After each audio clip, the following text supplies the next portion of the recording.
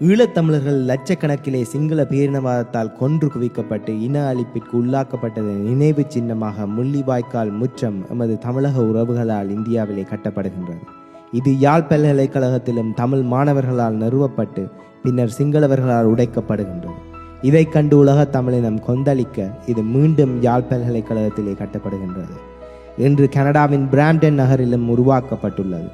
எமது உறவுகளை நாம் நினைவில் வைத்து வணங்குவது என்பது தமிழர்களுடைய அரசியல் போராட்டம், நீதி, விடுதலை, ரௌத்திரம் என்பவற்றையெல்லாம் தாண்டி இது எமது பாரம்பரிய வாழ்க்கை முறை தொடர்பான ஒரு விடயம்.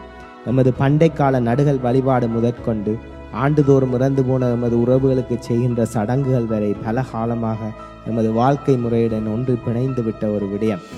ஒரு சமூகமாக நாம் கொல்லப்பட்ட எமது உறவுகளை நினைவில் வைத்து வணங்குவதென்பது நாம் பட்ட துன்பங்களில் இருந்து எம்மை மீட்டெடுத்துக் கொள்வதற்கும் தேவையான ஒன்றாக இருக்கின்றது.